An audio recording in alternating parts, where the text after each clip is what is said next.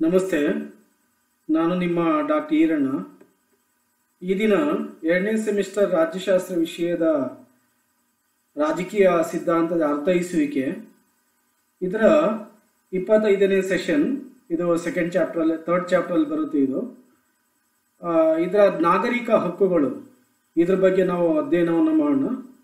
Today let us discuss about the civil rights, second sem political science, understanding political theory. ಈ ಒಂದು ವಿಷಯಕ್ಕೆ ಸಂಬಂಧಿಸಿದಂತೆ ನಾವು ಅಧ್ಯಯನವನ್ನು ಮಾಡೋಣ.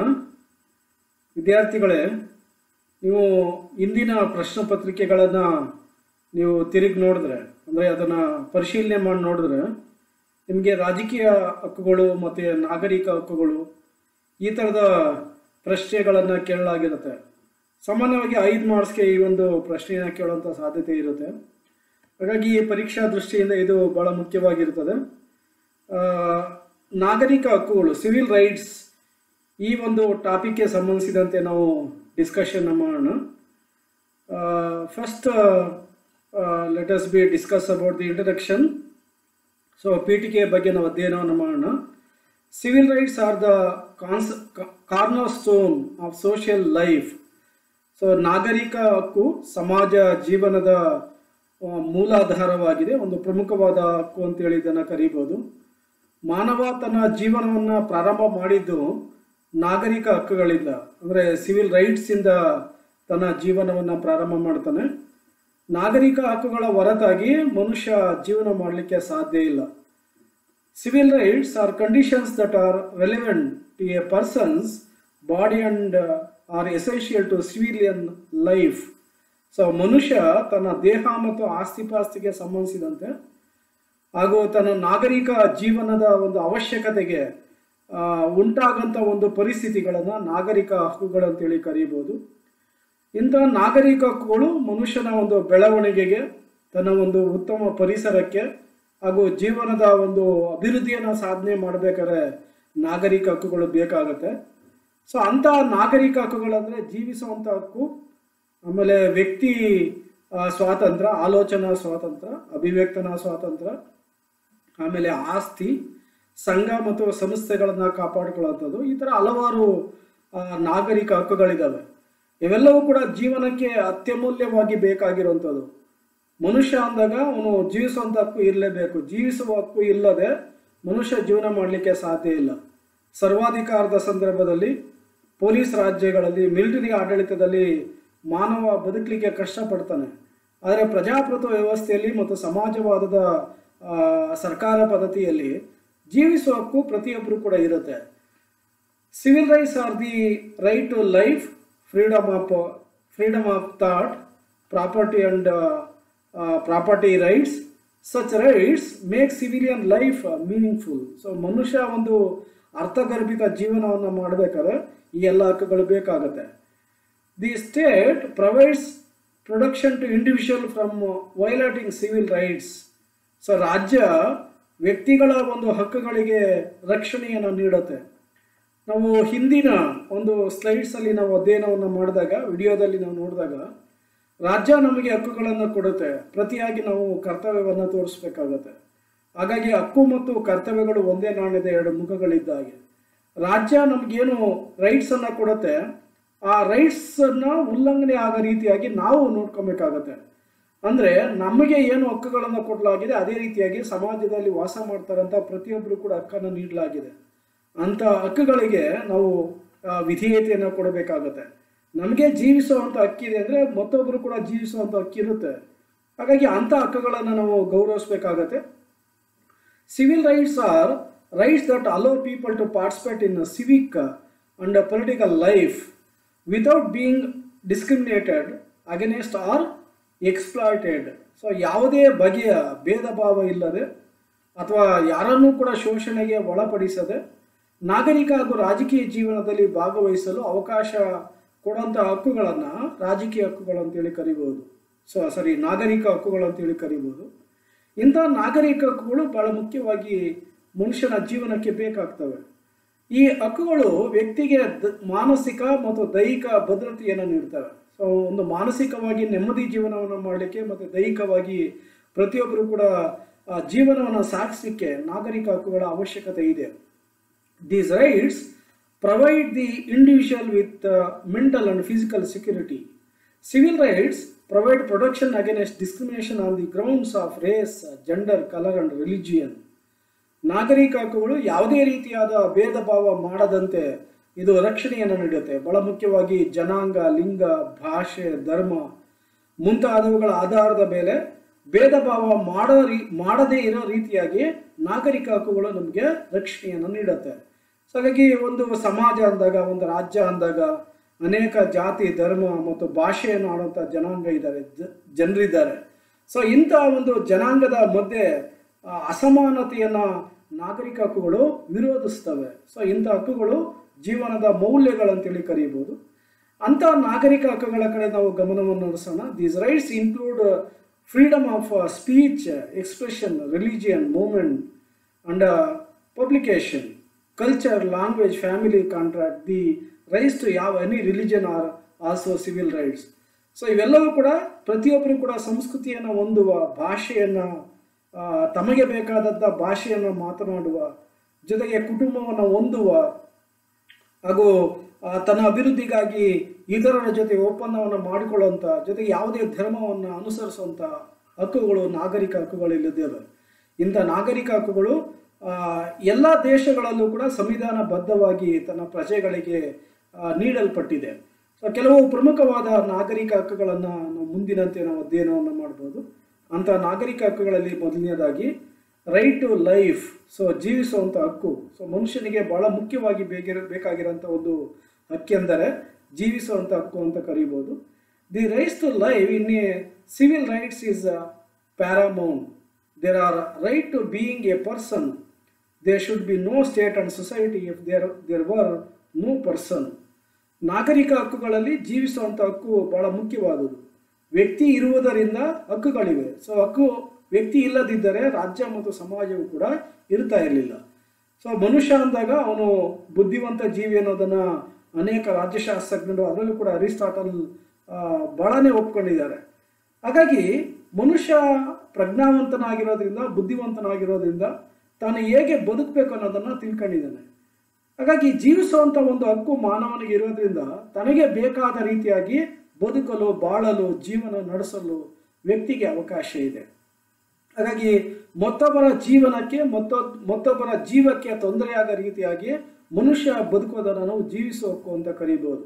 ಇಂಥ ಜೀವಿಸುವ ಹಕ್ಕನ್ನು ಯಾರೂ ಕೂಡ ಕಸಿದುಕೊಳ್ಳುವಂತಿಲ್ಲ.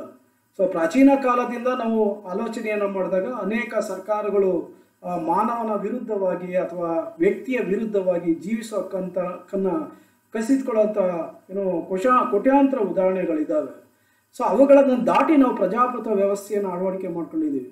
ಪ್ರಜಾಪ್ರಭುತ್ವ ವ್ಯವಸ್ಥೆಯಲ್ಲಿ ಜೀವಿಸುವಂಥಕ್ಕೂ ಬಹಳ ಮುಖ್ಯವಾಗಿ ಸಂವಿಧಾನಬದ್ಧವಾಗಿ ನೀಡಲ್ಪಟ್ಟಿದೆ. ಹಾಗಾಗಿ ಭಾರತ ಸಂವಿಧಾನದ 19ನೇ ವಿಧಿಯಲ್ಲಿ ಒಂದು ಜೀವಿಸುವ ಹಕ್ಕಿನ ಬಗ್ಗೆ ಹಾಗೂ 20-21ನೇ ವಿಧಿಯಲ್ಲೂ ಕೂಡ ಈ ಒಂದು ಜೀವಿಸುವ ಹಕ್ಕಿನ ಬಗ್ಗೆ ಚರ್ಚೆಯನ್ನು ಮಾಡಲಾಗಿದೆ. ಸೊ ವ್ಯಕ್ತಿಯು ಶಾಂತಿಯುತ ನೆಮ್ಮದಿಯ ಬದುಕಲು ಈ ಒಂದು ಜೀವಿಸುವ ಹಕ್ಕು ಇಲ್ಲದಿದ್ದರೆ ಅವನಿಗೆ ಸಾಧ್ಯ ಆಗೋದಿಲ್ಲ. ಸೊ ಬೇಕಾಗತ್ತೆ, ಜೀವಿಸುವಂಥ ಹಕ್ಕು ಬೇಕಾಗತ್ತೆ. A person has the right to self prevention to preserve his or life if someone is hurt by them.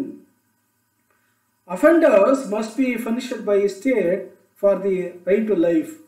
ಈ ಒಂದು ವ್ಯಕ್ತಿಯು ಶಾಂತಿಯುತವಾಗಿ ಮತ್ತು ನೆಮ್ಮದಿಯುತವಾಗಿ ಜೀವನವನ್ನು ಬದುಕಬೇಕಾದ್ರೆ ಈ ಒಂದು ಜೀವಿಸುವಂಥ ಹಕ್ಕು ಬೇಕಾಗುತ್ತೆ. ಜೀವಿಸುವ ಹಕ್ಕು ಸರಿಯಾಗಿರಬೇಕಾದ್ರೆ ಯಾರು ಜೀವಿಸುವ ಹಕ್ಕಿಗೆ ತೊಂದರೆಯನ್ನು ಕೊಡ್ತಾರೆ ಅಂಥವರಿಗೆ ಕಠಿಣವಾದ ಶಿಕ್ಷೆಯನ್ನು ರಾಜ್ಯ ನೀಡುತ್ತೆ.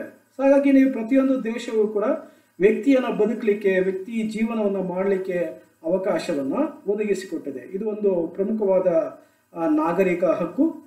ಎರಡನೇದು ಸೆಕೆಂಡ್ ಒನ್ ಫ್ಯಾಮಿಲಿ ರೈಟ್ಸ್, ಕೌಟುಂಬಿಕ ಹಕ್ಕು. ಕೌಟುಂಬಿಕ ಹಕ್ಕು ಅತ್ಯಂತ ಪ್ರಮುಖವಾದುದು. Family rights is a natural right of every one.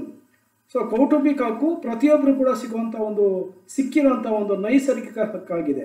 ನಿಸರ್ಗದತ್ತವಾಗಿ ಪ್ರಾಣಿಗಳ ಸಮೇತ, ಪಕ್ಷಿಗಳ ಸಮೇತ ಮಾನವನು ಕೂಡ ಬದುಕುವಂಥ ಹಕ್ಕನ್ನು ಕೊಟ್ಟಿದ್ದಾನೆ. ಜೊತೆಗೆ ತನ್ನದೇ ಆದ ಕುಟುಂಬವನ್ನು ರಚನೆ ಮಾಡಲಿಕ್ಕೆ ಈ ನಿಸರ್ಗ ನಮಗೆ ಕೊಟ್ಟಿದೆ.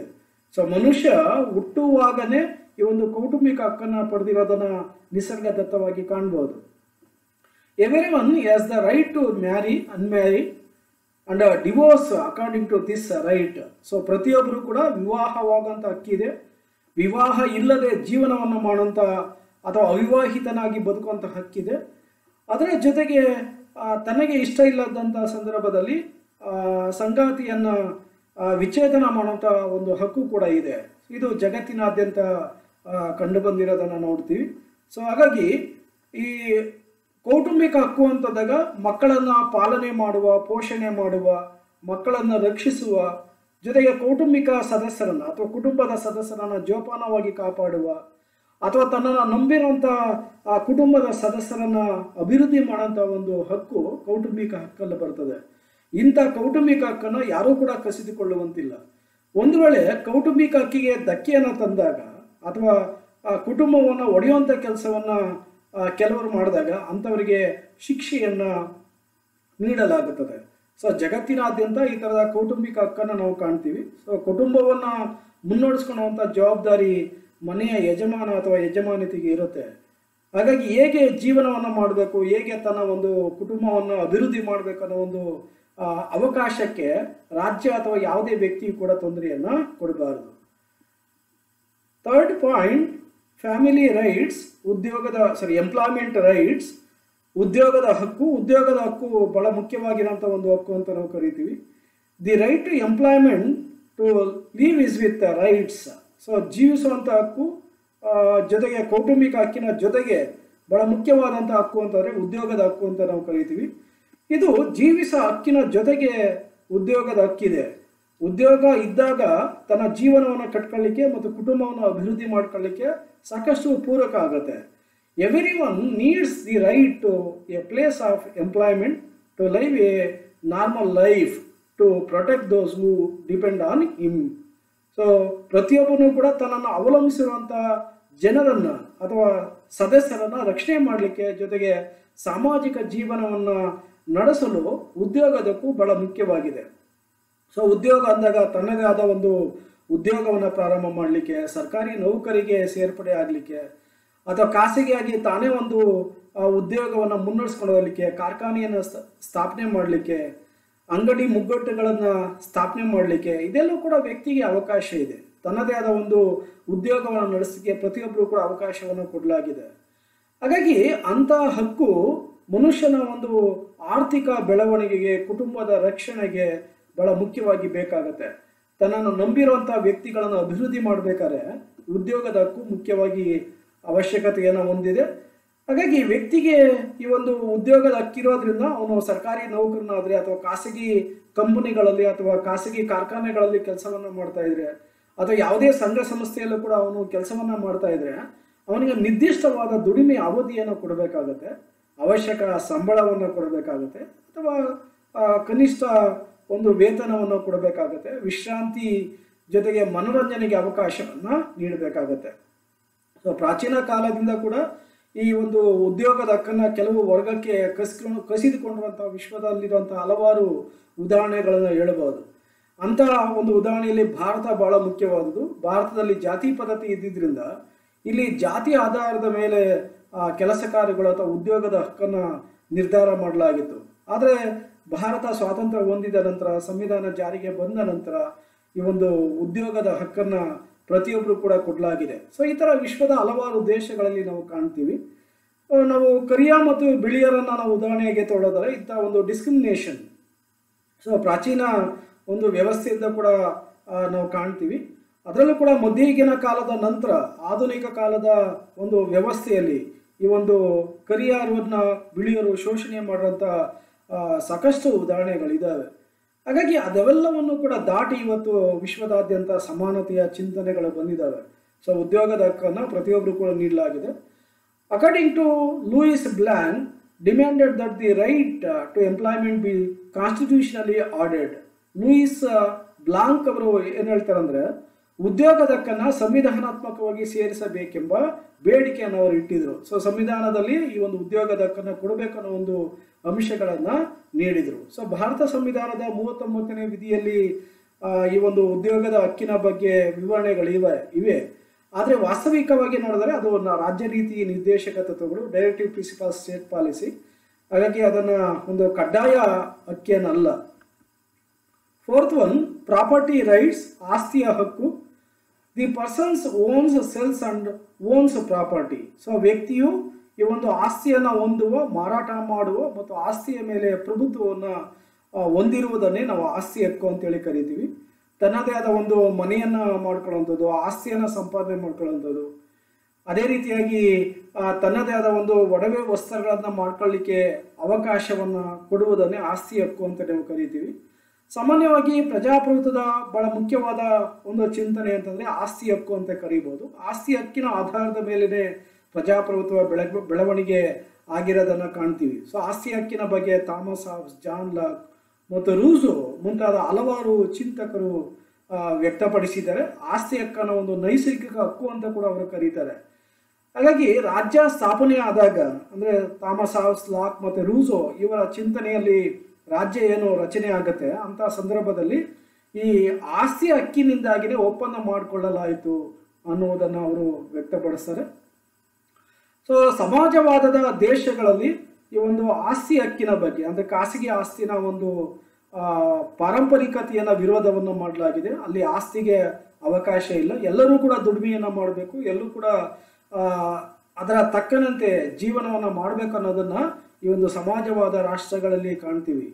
ಆದರೆ ಭಾರತದಂಥ ಪ್ರಜಾಪ್ರಭುತ್ವ ದೇಶಗಳಲ್ಲಿ ಈ ಒಂದು ಆಸ್ತಿಗೆ ಸಂಬಂಧಿಸಿದಂತೆ ಒಂದಷ್ಟು ಏನು ನಿರ್ಬಂಧಗಳನ್ನು, ಸಡಿಲಿಕೆಯನ್ನು ಉಂಟು ಮಾಡಿರೋದನ್ನು ಕಾಣ್ತೀವಿ. ಸೊ ವಂಶ ಪಾರಂಪರ ಆಸ್ತಿಗೆ ಇಲ್ಲಿ ಅವಕಾಶ ಇದೆ. ತಂದೆಯ ಆಸ್ತಿ ಮತ್ತು ತಾತನ ಆಸ್ತಿ ಮಕ್ಕಳಿಗೆ ಮತ್ತು ಮೊಮ್ಮಕ್ಕಳಿಗೆ ವಂಶ ಪಾರಂಪರ್ಯವಾಗಿ ಬರೋದನ್ನು ಕಾಣ್ಬೋದು. ಸೊ ಈ ಥರ ಒಂದು ಆಸ್ತಿ ಹಕ್ಕಿನ ಬಗ್ಗೆ ಪ್ರಜಾಪ್ರಭುತ್ವ ವ್ಯವಸ್ಥೆಯಲ್ಲಿ ವಿವಾದಗಳಿದ್ದಾವೆ. ಏಕೆಂತಂದರೆ ಆಸ್ತಿಗೆ ಅನೇಕ ಕೊಲೆ ಆಗ್ತವೆ, ಸುಲಿಗೆ ಆಗ್ತವೆ, ಅದ್ರ ಜೊತೆಗೆ ಕಳ್ಳತನ, ದರೋಡೆ ಮುಂತಾದ ಅನೇಕ ಅನೀತಿಗಳು ನಡೀತವೆ. ಸೊ ಇದನ್ನು ನಿರ್ಬಂಧಿಸುವ ಸಲುವಾಗಿ ಕೆಲವೊಂದು ಕಾನೂನುಗಳು ಕೂಡ ಜಾರಿಗೆ ಬಂದಿದ್ದಾವೆ. The right to property has been disputed, poverty, alcoholism, adultery, clashes, murder has led to such consequences. So ಈ ಥರ ಒಂದು ಹಲವಾರು ಕಾರಣಗಳು ಈ ಆಸ್ತಿಯಿಂದ ಆಗ್ತಾ ಇರೋದನ್ನು ಕಾಣ್ಬೋದು. ಹಾಗಾಗಿ ಆಸ್ತಿಯ ಹಕ್ಕಿನ ಮೇಲೆ ಒಂದಷ್ಟು ನಿರ್ಬಂಧಗಳನ್ನು ನಮ್ಮ ದೇಶದಲ್ಲೂ ಕೂಡ ಇದ್ದಾವೆ, ಆದರೆ ಅದು ವಾಸ್ತವಿಕವಾಗಿ ಅಷ್ಟು ನೈಜವಾಗಿ ಜಾರಿಗೆ ಬಂದಿಲ್ಲ. Fifth one, right to freedom of speech. So ವಾಕ್ ಸ್ವಾತಂತ್ರ್ಯದ ಹಕ್ಕು ಅಥವಾ ಅಭಿಪ್ರಾಯ ವ್ಯಕ್ತಪಡಿಸುವಂತಹ ಒಂದು ಹಕ್ಕು ಅಂತ ಕೂಡ ಇದನ್ನು ಕರಿಬೋದು. Humans are different from other animal species. So according to Aristotle, human beings are separated from animals because they have the power to speak. So Aristotle ಅವರು ಹೇಳ್ತಾರೆ, ವಾಕ್ ಸ್ವಾತಂತ್ರ್ಯ ಮತ್ತು ಅಭಿವ್ಯಕ್ತನಾ ಸ್ವಾತಂತ್ರ್ಯ ಅಥವಾ ಮಾತನಾಡುವಂಥ ಒಂದು ಹಕ್ಕು ಅಥವಾ ಮಾತನಾಡುವಂಥ ಒಂದು ಚೈತನ್ಯ ಯಾರಿಗೆ ಮಾತ್ರ ಇದೆ ಅಂದರೆ ಕೇವಲ ಮಾನವನಿಗೆ ಮಾತ್ರ ಇದೆ. ಹಾಗಾಗಿ ಮಾನವನನ್ನು ಪ್ರಾಣಿ ವರ್ಗದಿಂದ ಬೇರ್ಪಡಿಸಲಾಗಿದೆ. ಮಾನವ ಬುದ್ಧಿವಂತನಾಗಿರೋದ್ರಿಂದ ತನ್ನ ಅಭಿಪ್ರಾಯವನ್ನು ವ್ಯಕ್ತಪಡಿಸಲಿಕ್ಕೆ ಅವಕಾಶಗಳನ್ನು ನೀಡಲಾಗಿದೆ. ಆ ಕಾರಣಕ್ಕೋಸ್ಕರ ಮಾನವನ ಈ ಒಂದು ಮಾತನಾಡುವಂಥ ಶಕ್ತಿ ಇರೋದ್ರಿಂದ ಅವನಿಗೆ ಸಹಜವಾಗಿ ನಿಸರ್ಗವಾಗಿ ಅವನಿಗೆ ವಾಕ್ ಸ್ವಾತಂತ್ರ್ಯ ಮತ್ತು ಅಭಿಪ್ರಾಯವನ್ನು ವ್ಯಕ್ತಪಡಿಸುವಂಥ ಒಂದು ಸ್ವಾತಂತ್ರ್ಯವನ್ನು ನೀಡಲಾಗಿದೆ. ತಾನು ಏನೋ ಒಂದು ಸಂಘ ಸಂಸ್ಥೆಯಲ್ಲಿ ಅಥವಾ ಸರ್ಕಾರದ ಚಟುವಟಿಕೆಯಲ್ಲಿ ಅಥವಾ ಸರ್ಕಾರದ ತೀರ್ಮಾನಗಳಲ್ಲಿ ತನ್ನದೇ ಆದ ಅಭಿಪ್ರಾಯವನ್ನು ಅಥವಾ ಮಾತಾಡಲಿಕ್ಕೆ ಅವಕಾಶಗಳನ್ನು ನೀಡಲಾಗಿದೆ. ಅದರಲ್ಲೂ ಕೂಡ ಮಾಧ್ಯಮಗಳಲ್ಲಿ ತನ್ನ ಅಭಿಪ್ರಾಯವನ್ನು ವ್ಯಕ್ತಪಡಿಸಲಿಕ್ಕೆ ಪ್ರತಿಯೊಬ್ಬರೂ ಕೂಡ ಅವಕಾಶ ಇರುವಂಥ ಒಂದು ಪ್ರಮುಖವಾದ ಸಾಧನ ಅಂತ ಕರೀಬೋದು. ಅದರ ಜೊತೆಗೆ ಸಭೆ, ಸಮಾರಂಭ, ವಿಚಾರ ಸಂಕಿರಣ, ಸಾಮಾಜಿಕ ಜಾಲತಾಣಗಳಲ್ಲಿ ತಮ್ಮ ಅಭಿಪ್ರಾಯವನ್ನು ವ್ಯಕ್ತಪಡಿಸಲಿಕ್ಕೆ ಪ್ರತಿಯೊಬ್ಬರೂ ಕೂಡ ಅವಕಾಶ ಇದೆ. ಅದರಲ್ಲೂ ಕೂಡ ನಿರಂಕುಶ ಪ್ರಭುತ್ವಕ್ಕಿಂತ ಮತ್ತು ಪೊಲೀಸ್ ರಾಜ್ಯಗಳಿಂದ ಪ್ರಜಾಪ್ರಭುತ್ವದಲ್ಲಿ ಪ್ರಜೆಗಳಿಗೆ ಹೆಚ್ಚಿನ ವಾಕ್ ಸ್ವಾತಂತ್ರ್ಯ ಇರೋದನ್ನು ಕಾಣ್ಬೋದು. ಆದರೂ ಕೂಡ ಇತ್ತೀಚಿನ ದಿನಗಳಲ್ಲಿ ವಾಕ್ ಸ್ವಾತಂತ್ರ್ಯದ ಮೇಲೆ ಸರ್ಕಾರಗಳು ಒಂದಷ್ಟು ನಿರ್ಬಂಧಗಳನ್ನು ಹಾಕಿದ್ದಾವೆ. ಅಂತಾರಾಷ್ಟ್ರೀಯ ಸಂಬಂಧದ ವಿಷಯಕ್ಕೆ ಧಕ್ಕೆ ಉಂಟು ಮಾಡುವಂಥ ಯಾವುದೇ ವಿಷಯಗಳಾಗಿದ್ರೂ ಕೂಡ ಅದು ದೇಶದ ವಿರುದ್ಧವಾಗಿ ಮಾತಾಡುವಂಥ ಯಾವುದೇ ವಿಷಯಗಳನ್ನು ಕೂಡ ನಿರ್ಬಂಧಿಸುವಂಥ ಹಕ್ಕು ರಾಜ್ಯಕ್ಕೆ ಇರೋದನ್ನು ಕಾಣ್ಬೋದು. ಆದರೂ ಕೂಡ ವ್ಯಕ್ತಿ ಸ್ವತಂತ್ರವಾಗಿ ಆಲೋಚನೆ ಮಾಡುವಂಥ, ಅಭಿಪ್ರಾಯವನ್ನು ವ್ಯಕ್ತಪಡಿಸುವಂಥ ಒಂದು ಹಕ್ಕು ವಾಕ್ ಸ್ವಾತಂತ್ರ್ಯ ಆಗಿದೆ. ಸೊ ಸರ್ಕಾರ ಪ್ರಜೆಗಳ ವಿರುದ್ಧವಾಗಿ ವಾಕ್ ಸ್ವಾತಂತ್ರ್ಯದ ಮೇಲೆ ಯಾವುದೇ ರೀತಿಯಾದ ಕಡಿವಾಣವನ್ನು ಹಾಕಲಿಕ್ಕೆ ಅಥವಾ ರೆಸ್ಟ್ರಿಕ್ಷನ್ ಮಾಡಲಿಕ್ಕೆ ಅವಕಾಶಗಳು ಇರಬಾರ್ದು. ಸೊ ಒಂದು ವೇಳೆ ವಾಕ್ ಸ್ವಾತಂತ್ರ್ಯದ ಮೇಲೆ ಕಡಿವಾಣವನ್ನು ರಾಜ್ಯ ಹಾಕಿದ್ರೆ ಅದು ವ್ಯಕ್ತಿಯ ನೈಸರ್ಗಿಕ ಹಕ್ಕನ್ನು ಕಿತ್ಕೊಳ್ಳಂಗಾಗುತ್ತೆ ಅಥವಾ ಕಸಿದುಕೊಂಡಂಗಾಗುತ್ತೆ. 6th one, ರಿಲಿಜಿಯಸ್ ರೈಟ್, ಧಾರ್ಮಿಕ ಹಕ್ಕು. Everyone has the right to practise and propagate the religion he has come to in accordance with his self testimony. ಪ್ರತಿಯೊಬ್ಬನೂ ಕೂಡ ತನ್ನ ಆತ್ಮಸಾಕ್ಷಿಗೆ ಅನುಗುಣವಾಗಿ ಮತ್ತು ಸಾರ್ವಜನಿಕ ಹಿತಾಸಕ್ತಿಗೆ ಅನುಗುಣವಾಗಿ ತನ್ನದೇ ಆದ ಧರ್ಮವನ್ನು ಪಾಲಿಸುವ, ಆಮೇಲೆ ತನ್ನದೇ ಆದ ಧರ್ಮವನ್ನು ಪ್ರಚಾರ ಮಾಡುವ ಮತ್ತು ತನ್ನದೇ ಆದ ಧರ್ಮವನ್ನು ಅನುಸರಿಸುವಂಥ ಹಕ್ಕು ಧಾರ್ಮಿಕ ಹಕ್ಕಾಗಿದೆ. ಈ ಧಾರ್ಮಿಕ ಹಕ್ಕು ಮನುಷ್ಯನ ವಿವೇಚನೆಯಿಂದ ಬಂದಿರುವಂಥದ್ದು, ಆಲೋಚನೆಗಳಿಂದ ಬಂದಿರುವಂಥದ್ದು. ಪ್ರತಿಯೊಂದು ಧರ್ಮ ಕೂಡ ತನ್ನದೇ ಆದ ಒಂದು ರೀತಿ ನೀತಿಗಳಿದ್ದಾವೆ, ಆಚಾರ ವಿಚಾರಗಳಿದ್ದಾವೆ, ನಂಬಿಕೆಗಳಿದೆ, ಭಕ್ತಿ ಇದೆ. ಅಂಥ ಒಂದು ನಂಬಿಕೆಗಳನ್ನು, ಭಕ್ತಿಯನ್ನು, ಆಚಾರ ವಿಚಾರವನ್ನು ಮತ್ತೊಂದು ಧರ್ಮದವರು ಖಂಡಿಸಿದಾಗ ಅದು ಧಾರ್ಮಿಕ ಹಕ್ಕಿಗೆ ಧಕ್ಕೆ ಉಂಟಾಗುತ್ತೆ. ವಿಶ್ವದ ಅನೇಕ ದೇಶಗಳು ಜಾತ್ಯತೀತ ದೇಶಗಳಾಗಿದ್ದಾವೆ. ಅಂದರೆ ಧರ್ಮದ ವಿಷಯದಲ್ಲಿ ರಾಜ್ಯ ತಟಸ್ಥ ನೀತಿಯನ್ನು ಅನುಸರಿಸ್ತಾ ಬಂದಿದ್ದಾವೆ. ಆದರೆ ಇತ್ತೀಚಿನ ದಿನಗಳಲ್ಲಿ ಧಾರ್ಮಿಕ ಹಕ್ಕಿನ ಮೇಲೆ ಕಡಿವಾಣ ಹಾಕುವಂಥ ಅನೇಕ ಪ್ರಸಂಗಗಳು ಅಥವಾ ಘಟನೆಗಳನ್ನು ನಡೀತಾ ಇರೋದನ್ನು ಕಾಣಬಹುದು. ಸೊ ವಿಶ್ವದಲ್ಲಿ ಅತಿ ಹೆಚ್ಚು ಘರ್ಷಣೆಗಳು ಉಂಟಾಗಿರೋದು ಧರ್ಮದ ಆಧಾರದ ಮೇಲೆ. ಹಾಗಾಗಿ ಅಂಥ ಧಾರ್ಮಿಕ ಒಂದು ವಿಚಾರಗಳಿಗೆ ಸಂಬಂಧಿಸಿದಂತೆ ಯಾರೂ ಕೂಡ ಮತ್ತೊಂದು ಧರ್ಮದ ವಿಷಯದಲ್ಲಿ ಹಸ್ತಕ್ಷೇಪವನ್ನು ಮಾಡಬಾರದು. ಸೊ ಸಮಾಜಕ್ಕೆ ವಿರುದ್ಧವಾದ ಅಂಧಶ್ರದ್ಧೆಯಿಂದ ಕೂಡಿರುವಂಥ ಒಂದು ಧಾರ್ಮಿಕ ಆಚರಣೆಗಳನ್ನು ನಿರ್ಬಂಧಿಸುವಂಥ ಅಧಿಕಾರ ಸರ್ಕಾರಕ್ಕೆ ಇದೆ. But the government has the power to restrict religious practices that are anti social and blind. ಏನೋ ಮೂಢನಂಬಿಕೆಗಳಿದ್ದಾವೆ. ಉದಾಹರಣೆಗೆ ಭಾರತದಲ್ಲಿ ಅನೇಕ ಮೂಢನಂಬಿಕೆಗಳನ್ನು ಧರ್ಮದ ಆಧಾರದ ಮೇಲೆ ನಡೆಸಲಾಗ್ತಾ ಇತ್ತು. ಅಂಥವುಗಳಲ್ಲಿ ಜಾತಿ ಪದ್ಧತಿ ಆಗಿರ್ಬೋದು, ಆಮೇಲೆ ಬಸವಿ ಪದ್ಧತಿ, ದೇವದಾಸಿ ಪದ್ಧತಿ, ಈವನ್ ಸತಿ ಸಹಮನ ಪದ್ಧತಿ ಕೂಡ ಒಂದು ಧರ್ಮದ ಆಧಾರದ ಮೇಲೆ ಇದ್ದು. ಸೊ ಅಂಥ ಒಂದು ಏನೋ ಒಂದು ಬ್ಲೈಂಡ್ ಬಿಲೀಫ್ಸ್ ಏನಿದೆ ಅಥವಾ ಮೂಢನಂಬಿಕೆಗಳಿದ್ದಾವೆ ಅವುಗಳನ್ನು ಸರ್ಕಾರವೇ ಕಡಿವಾಣವನ್ನು ಹಾಕಲಾಗಿದೆ. ಆದರೂ ಕೂಡ ಧಾರ್ಮಿಕ ಹಕ್ಕು ಅನ್ನೋದು ಬಹಳ ಮುಖ್ಯವಾದದ್ದು. ಸೊ ಒಂದು ಧರ್ಮದಲ್ಲಿ ಇದ್ದುಕೊಂಡು ಮತ್ತೊಂದು ಧರ್ಮಕ್ಕೆ ಅಡಚಣೆಯನ್ನು ಉಂಟು ಮಾಡೋಂಥ ಕೆಲಸವನ್ನು ಯಾವುದೇ ಸರ್ಕಾರಗಳು ಕೂಡ ಮಾಡಬಾರ್ದು. ಸೊ ಆ ಥರ ಮಾಡಿದಂಥ ಸಂದರ್ಭದಲ್ಲಿ ವಿಶ್ವಸಂಸ್ಥೆಯ ಒಂದು ಮಾನವ ಹಕ್ಕುಗಳಿದ್ದಾವೆ, UDHR, universal declaration of human rights, ಇದರಲ್ಲಿ ಒಂದು ರಕ್ಷಣೆಯನ್ನು ಕೂಡ ನೀಡಲಾಗಿದೆ. ಪ್ರತಿಯೊಂದು ದೇಶವೂ ಕೂಡ ಒಂದು ಧರ್ಮವನ್ನು ರಕ್ಷಣೆ ಮಾಡೋಂಥ ಸಂಘ ಸಂಸ್ಥೆಗಳನ್ನು ಸ್ಥಾಪನೆ ಮಾಡೋಂಥ ತನ್ನದೇ ಆದ ಶಿಕ್ಷಣ ಸಂಸ್ಥೆಯನ್ನು ಸ್ಥಾಪನೆ ಮಾಡಿಕೊಂಡು ಅಭಿವೃದ್ಧಿಯನ್ನು ಆಗುವಂಥ ಒಂದು ಅವಕಾಶವನ್ನು ಬಹುತೇಕ ವಿಶ್ವದ ರಾಷ್ಟ್ರಗಳು ನೀಡಿವೆ. 7th one, right to contract, ಒಪ್ಪಂದದ ಹಕ್ಕು. A person has the right to voluntarily contract with another person. So ಪ್ರತಿಯೊಬ್ಬ ವ್ಯಕ್ತಿಯು ಕೂಡ ತನ್ನ ಗುರಿ ಮತ್ತು ಉದ್ದೇಶವನ್ನು ಸಾಧಿಸುವ ಸಲುವಾಗಿ ತನ್ನದೇ ಆದ ಒಪ್ಪಂದವನ್ನು ಮಾಡ್ಕೊಳ್ಳಿಕ್ಕೆ ಅವಕಾಶವನ್ನು ನೀಡಲಾಗಿದೆ. ಸೊ ಈ ರೀತಿಯಾದ ಒಪ್ಪಂದಗಳು ಮಾನವನ ಒಂದು ಅಭಿವೃದ್ಧಿಗೆ ಪೂರಕ ಆಗಿರ್ತವೆ. ಯಾಕಂದರೆ ಯಾವುದೇ ವ್ಯಕ್ತಿಯಾಗಿಯೂ ಕೂಡ ಅವನು ತನ್ನದೇ ಆದ ಎಲ್ಲ ಒಂದು ಅವಶ್ಯಕ ವಸ್ತುಗಳನ್ನು ಉತ್ಪಾದನೆ ಮಾಡ್ಕೊಳ್ಳೋಕ್ಕೆ ಸಾಧ್ಯ ಇಲ್ಲ. ತನ್ನ ಅಭಿವೃದ್ಧಿಗೋಸ್ಕರ ಒಪ್ಪಂದವನ್ನು ಮಾಡ್ಕೊಳ್ತಾನೆ. ಆ ಒಪ್ಪಂದವನ್ನು ಮಾಡ್ಕೊಳ್ಳೋಂಥ ಅವಕಾಶವನ್ನು ರಾಜ್ಯ ಪ್ರಜೆಗಳಿಗೆ ನೀಡುತ್ತೆ. ಅದೊಂದು ಪ್ರಮುಖವಾದ ರಾಜಕೀಯ ಹಕ್ಕಾಗಿದೆ. Contracts are important to civilian life. So ನಾಗರಿಕ ಜೀವನಕ್ಕೆ ಒಪ್ಪಂದಗಳು ಅತಿ ಪ್ರಮುಖವಾಗಿ ಬೇಕಾಗ್ತವೆ. ಅನೇಕ ರೀತಿಯಾದ ಒಪ್ಪಂದಗಳಾಗ್ತವೆ. ಅದು ಆಸ್ತಿಗೆ ಸಂಬಂಧಿಸಿದಂತೆ ಅಥವಾ ಇನ್ನೂ ನಾವು ಬಹಳ ವಿಸ್ತಾರವಾಗಿ ಹೇಳಿದ್ರೆ ಸಾಮಾಜಿಕ, ಆರ್ಥಿಕ, ರಾಜಕೀಯ, ಶೈಕ್ಷಣಿಕ, ಧಾರ್ಮಿಕ, ಕ್ರೀಡಾ ವಿಷಯಗಳಿಗೆ ಸಂಬಂಧಪಟ್ಟದ್ದು ಕೂಡ ಒಪ್ಪಂದಗಳನ್ನು ಏರ್ಪಡಿಸಲಾಗುತ್ತೆ. ಸೊ ಒಪ್ಪಂದವನ್ನು ಮಾಡ್ಕೊಳ್ತಾರೆ. ಸೊ ಆ ಥರ ಒಪ್ಪಂದವನ್ನು ಮಾಡ್ಕೊಳ್ಳಿಕ್ಕೆ ಅವಕಾಶವನ್ನು ಕೊಡಬೇಕು.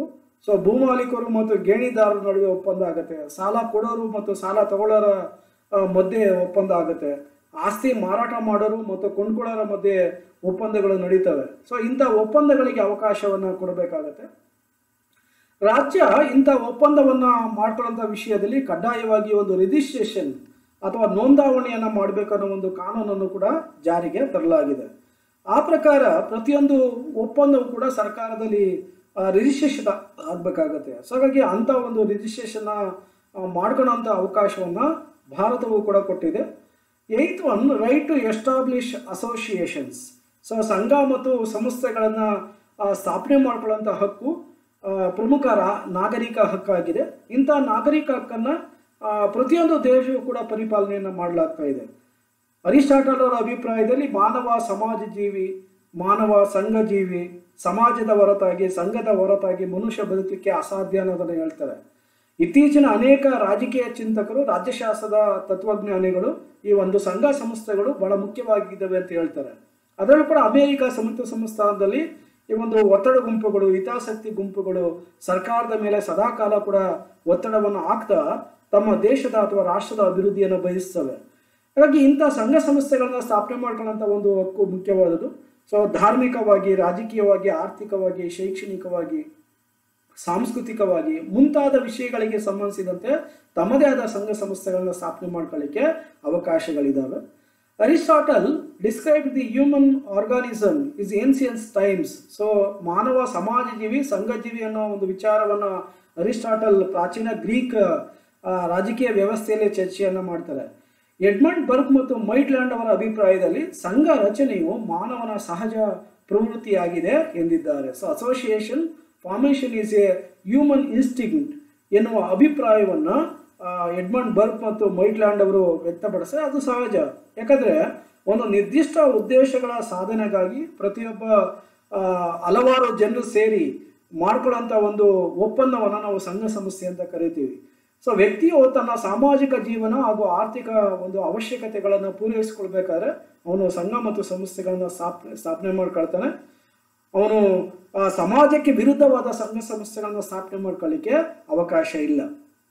ಸೊ ಸಮಾಜಕ್ಕೆ ಪೂರಕವಾದಂಥ ಸಂಘ ಸಂಸ್ಥೆಗಳನ್ನ ಸ್ಥಾಪನೆ ಮಾಡ್ಕೊಬೇಕಾಗುತ್ತೆ. ಅದು ವಿದ್ಯಾರ್ಥಿ ಸಂಘ ಸಂಸ್ಥೆಗಳು, ಮತ್ತೆ ಜಾತಿ ಸಂಘ ಸಂಸ್ಥೆಗಳು, ಧಾರ್ಮಿಕ ಸಂಘ ಸಂಸ್ಥೆಗಳು, ನೌಕರರ ಸಂಘ ಸಂಸ್ಥೆಗಳು, ಕಾರ್ಮಿಕರ ಸಂಘ ಸಂಸ್ಥೆಗಳು, ಈ ಥರ ಹಲವಾರು ಸಂಘ ಸಂಸ್ಥೆಗಳಿದ್ದಾವೆ, ಮಹಿಳೆಯರ ಸಂಘ ಸಂಸ್ಥೆಗಳು.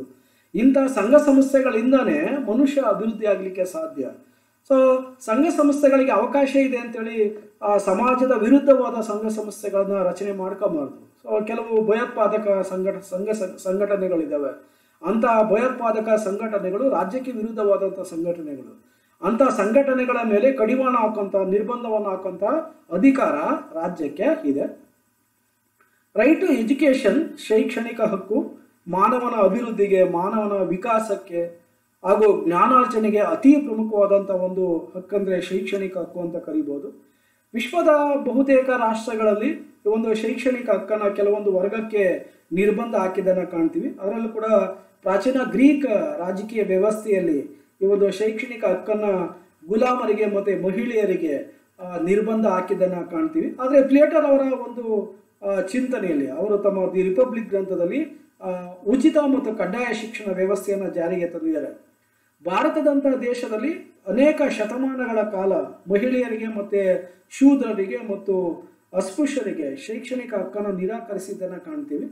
ಆದರೆ ಸಂವಿಧಾನ ಜಾರಿಗೆ ಬಂದ ನಂತರ ಪ್ರತಿಯೊಬ್ಬರು ಕೂಡ ಶೈಕ್ಷಣಿಕ ಹಕ್ಕನ್ನು ಸಂವಿಧಾನಬದ್ಧವಾಗಿ ಭಾರತದಲ್ಲಿ ನೀಡಲಾಗಿದೆ. Education is vital to the evaluation of the human rights. So ಶಿಕ್ಷಣ ಅನ್ನೋದು ಅತಿ ಪ್ರಮುಖವಾಗಿ ಬೇಕಾಗಿರೋಂಥ ಒಂದು ಅತ್ಯಮೂಲ್ಯವಾದಂಥ ಒಂದು ಅಂಶ ಅಂತ ಕರಿಬೋದು. Citizens need education to make them conscious. ಪ್ರಜೆಗಳನ್ನು ಪ್ರಜ್ಞಾವಂತರನ್ನಾಗಿ ಮಾಡಬೇಕಾದ್ರೆ ಅದು ಶಿಕ್ಷಣದಿಂದ ಮಾತ್ರ ಸಾಧ್ಯ. ಅನೇಕ ರೀತಿಯಾದ ಶಿಕ್ಷಣ ಸಂಸ್ಥೆಗಳಿದ್ದಾವೆ.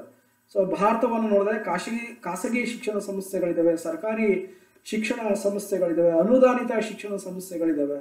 ಇವೆಲ್ಲ ಕೂಡ ತನ್ನ ಪ್ರಜೆಗಳಿಗೆ ಅಥವಾ ಜನರಿಗೆ ಅಥವಾ ಮಕ್ಕಳಿಗೆ ವಿದ್ಯಾಭ್ಯಾಸವನ್ನು ನೀಡ್ತಾ ಇದ್ದಾವೆ. ಹಾಗಾಗಿ ಭಾರತ ಸ್ವಾತಂತ್ರ್ಯ ಹೊಂದಂಥ ಸಂದರ್ಭದಲ್ಲಿ 12% ಇದ್ದಂಥ ಒಂದು ಸಾಕ್ಷರತೆ ಪ್ರಮಾಣ ಇವತ್ತು 74%ಗೆ ಏರೋದನ್ನು ಕಾಣ್ತೀವಿ. ಸೊ ಇದು ಸಂಪೂರ್ಣ ಸಾಕ್ಷರತೆ ಬರಬೇಕು. ಸರ್ಕಾರಗಳು ಶಿಕ್ಷಣವನ್ನು ಸಾರ್ವತ್ರೀಕರಣಗೊಳಿಸಿ ಉಚಿತ ಮತ್ತು ಕಡ್ಡಾಯ ಶಿಕ್ಷಣವನ್ನು ಜಾರಿಗೆ ತರಬೇಕಾಗತ್ತೆ. ಹಾಗಾಗಿ ಸಂವಿಧಾನದ 21A ವಿಧಿಯಲ್ಲಿ, ಭಾರತ ಸಂವಿಧಾನದ 21A ವಿಧಿಯಲ್ಲಿ ಉಚಿತ ಮತ್ತು ಕಡ್ಡಾಯ ಶಿಕ್ಷಣಕ್ಕೆ ಅವಕಾಶವನ್ನು ನೀಡಲಾಗಿದೆ. ಆದರೂ ಕೂಡ ಇವತ್ತಿನ ಮಕ್ಕಳು ಶಿಕ್ಷಣದಿಂದ ವಂಚಿತರಾಗ್ತಾ ಇದ್ದಾರೆ ಭಾರತದಲ್ಲಿ. ಸೊ ಜಗತ್ತಿನಾದ್ಯಂತ ಕೆಲವೊಂದು ದೇಶಗಳಲ್ಲಿ ಈ ಒಂದು ಶಿಕ್ಷಣದಿಂದ ವಂಚಿತರಾಗ್ತಿರೋಂಥ ಅನೇಕ ಮಕ್ಕಳನ್ನು ಕಾಣ್ತೀವಿ. ಸೊ ಅಂಥವರನ್ನ ಶಾಲೆಗೆ ಕರೆತರುವಂಥ ಕೆಲಸವನ್ನು ಮಾಡಬೇಕಾಗತ್ತೆ. The state's purpose is for everyone to be educated. So ರಾಜ್ಯದ ಉದ್ದೇಶ ಏನಂದರೆ ಪ್ರತಿಯೊಬ್ಬರು ಕೂಡ ಶಿಕ್ಷಣವನ್ನು ಹೊಂದಬೇಕನ್ನೋದು ರಾಜ್ಯದ ಉದ್ದೇಶ. Governments must work towards free and compulsory education for citizens. So Plato also explain in his republican book that education should be subordinate to the state. So ಅವರು ಪ್ಲೇಟೋ ಹೇಳೋ ಪ್ರಕಾರ ಈ ಒಂದು ರಾಜ್ಯ ಅನ್ನೋದು ರಾಜ್ಯದ ಅಧೀನದಲ್ಲಿ ಶಿಕ್ಷಣ ಇರಬೇಕನ್ನೋ ಒಂದು ಅಭಿಪ್ರಾಯವನ್ನು ಅವರು ವ್ಯಕ್ತಪಡಿಸ್ತಾರೆ. ಹಾಗಾಗಿ ಈ ಒಂದು ಶಿಕ್ಷಣದಕ್ಕೂ ಬಹಳ ಮುಖ್ಯವಾಗಿ ಇರುವಂಥ ಒಂದು ನಾಗರಿಕ ಹಕ್ಕಾಗಿದೆ. ರೈಟ್ ಟು ಈಕ್ವಾಲಿಟಿ, ಸಮಾನತೆ ಹಕ್ಕು ಬಹಳ ಮುಖ್ಯವಾದಂಥ ಹಕ್ಕು. ಯಾವುದೇ ಜಾತಿ, ಧರ್ಮ, ಲಿಂಗ, ಭಾಷೆ ಮತ್ತು ಪ್ರಾದೇಶಿಕತೆ ಆಧಾರದ ಮೇಲೆ ಅಸಮಾನತೆಯನ್ನು ತೋರದೆ ಪ್ರತಿಯೊಬ್ಬರನ್ನು ಕೂಡ ಸಮಾನವಾಗಿ ಕಾಣುವಂಥದ್ದನ್ನು ನಾವು ವಿಶ್ವದ ಇವತ್ತಿನ ರಾಷ್ಟ್ರಗಳಲ್ಲಿ ಕಾಣಬಹುದು. ಇದು ನಾಗರಿಕ ಹಕ್ಕು. ಸಮಾನವಾಗಿ ಮನುಷ್ಯನನ್ನ ಕಾಣದಿದ್ದರೆ ಅವನಲ್ಲಿ ಒಂದು ಅಭಿವೃದ್ಧಿ ಅನ್ನೋದು ಕುಂಠಿತ ಆಗುತ್ತೆ. Equality is the equal opportunity of living in society. So ಪ್ರತಿಯೊಬ್ಬರು ಕೂಡ ಈ ಒಂದು ಸಮಾನವಾದ ಅವಕಾಶವನ್ನು ಸಮಾಜದಲ್ಲಿ ವಾಸ ಮಾಡ್ತಾರೆ ಅಂತ ಪ್ರತಿಯೊಬ್ಬರು ಕೂಡ ಕೊಡಬೇಕಾಗುತ್ತೆ. All are equal before the law. So ಪ್ರತಿಯೊಬ್ಬರು ಕೂಡ ಕಾನೂನಿನ ಮುಂದೆ ಸಮಾನರಾಗಿರ್ತಾರೆ. ಕಾನೂನು ಶ್ರೇಷ್ಠ ಆಗಿರುತ್ತೆ. ಕಾನೂನಿಗೆ ವಿಧೇಯತೆಯನ್ನು ತೋರಿಸ್ಬೇಕಾಗತ್ತೆ. ಒಂದು ಕಾನೂನು ಜಾರಿಗೆ ಬಂದಾಗ ಅದೆಲ್ಲರೂ ಕೂಡ ಅನ್ವಯ ಆಗುತ್ತೆ. ಅದು ಯಾವುದೇ ರೀತಿಯಾಗಿ ಜಾತಿ, ಧರ್ಮ, ಲಿಂಗ, ಭಾಷೆ, ಪ್ರಾದೇಶಿಕತೆ ಇದರ ಆಧಾರದ ಮೇಲೆ ಭೇದ ಭಾವ ಮಾಡೋದಿಲ್ಲ. ಸೊ ಇಂತಹ ಸಮಾನತೆಯನ್ನು ಪ್ರತಿಯೊಂದು ದೇಶವೂ ಕೂಡ ಪ್ರಸ್ತುತ ವ್ಯವಸ್ಥೆಯಲ್ಲಿ ಕೊಟ್ಟಿದೆ. So finally to conclusion, so ಸಮಾರೋಪ, ನಾವು ಉಪಸಂಹಾರವನ್ನು ಮಾಡಿದರೆ, civil rights are the basis of human well being. ನಾಗರಿಕ ಹಕ್ಕುಗಳು ಮಾನವನ ಒಂದು ಶ್ರೇಯಸ್ಸಿಗೆ ಆಧಾರವಾಗಿವೆ, ಅವನ ಅಭಿವೃದ್ಧಿಗೆ ಆಧಾರವಾಗಿವೆ. ಸೊ ಪ್ರತಿಯೊಬ್ಬ ವ್ಯಕ್ತಿ ಕೂಡ ಶಾಂತಿ, ನೆಮ್ಮದಿಯಿಂದ ಬದುಕಬೇಕಾದ್ರೆ ನಾಗರಿಕ ಹಕ್ಕುಗಳು ಬೇಕಾಗುತ್ತೆ. The civil rights helps every citizen to live in a peace and tranquility. So ಒಂದು ಶಾಂತಿ ಮತ್ತು ನೆಮ್ಮದಿಯಿಂದ ಜೀವನವನ್ನು ಬೇಕಾಗುತ್ತೆ. When it comes to civil rights such as equality, property, family and education, a citizen can develop. So ಈ ಥರ ಒಂದು ನಾಗರಿಕ ಹಕ್ಕಿರೋದ್ರಿಂದ ಅವನಲ್ಲಿ ಸಮಾನತೆ ಬಂದು ಆಸ್ತಿ, ಕುಟುಂಬ, ಶೈಕ್ಷಣಿಕ ಮುಂತಾದ ಕ್ಷೇತ್ರದಲ್ಲಿ ಅವನು ಅಭಿವೃದ್ಧಿನ ಸಾಧಿಸಲಿಕ್ಕೆ ಸಾಧ್ಯ ಆಗುತ್ತೆ. ಸೊ ವ್ಯಕ್ತಿ ಅಭಿವೃದ್ಧಿ ಹೊಂದಿದರೆ ದೇಶ ಅಭಿವೃದ್ಧಿ ಆಗುತ್ತೆ. ಸೊ ದೇಶ ಅಭಿವೃದ್ಧಿ ಆದರೆ ದೇಶಕ್ಕೆ ಒಂದು ಸ್ಥಾನಮಾನ ಬರುತ್ತೆ. ಸೊ ಇದಿಷ್ಟು ಕೂಡ ನಾಗರಿಕ ಹಕ್ಕುಗಳಿಗೆ ಸಂಬಂಧಿಸಿದಂಥ ವಿಚಾರಗಳು. ಒಂದಷ್ಟು ಪುಸ್ತಕಗಳನ್ನು ನಾನು ರೆಫರ್ ಮಾಡಿ ಈ ಒಂದು ನಾಗರಿಕ ಹಕ್ಕುಗಳನ್ನು ವಿವರಿಸಲಾಗಿದೆ. ಸೊ ಅದರಲ್ಲಿ ಬಹಳ ಮುಖ್ಯವಾಗಿ ಪ್ರೊಫೆಸರ್ ಬಿ ಚಂದ್ರಮೋಹನ್ ಮತ್ತು ಶಾರದಾ ಎಂ ಅವರ ರಾಜ್ಯಶಾಸ್ತ್ರದ ತತ್ವಗಳು ಅಂತೇಳಿ ಒಂದು ಪುಸ್ತಕವನ್ನು ಬರೆದಿದ್ದಾರೆ. Doctor Meena Deshpande and B K Dattatri political theory, ರಾಜಕೀಯ ಸಿದ್ಧಾಂತ ಅನ್ನೋದನ್ನು ಹೇಳಿದ್ದಾರೆ. ಅದರಲ್ಲೂ ಕೂಡ ವಿಚಾರಗಳಿದ್ದಾವೆ. ಸೊ ನೀವು ಅದನ್ನು ಅಧ್ಯಯನ ಮಾಡ್ಬೋದು. Vishnu Bhagwan and Vidyabhushan, principles and concepts of political theory, ಈ ಬುಕ್ಕಲ್ಲೂ ಕೂಡ ಈ ನಾಗರಿಕ ಹಕ್ಕುಗಳ ಬಗ್ಗೆ ವಿಚಾರಗಳಿವೆ. ಸೊ ಅದನ್ನು ಕೂಡ ನೀವು ಅಧ್ಯಯನವನ್ನು ಮಾಡ್ಬೋದು.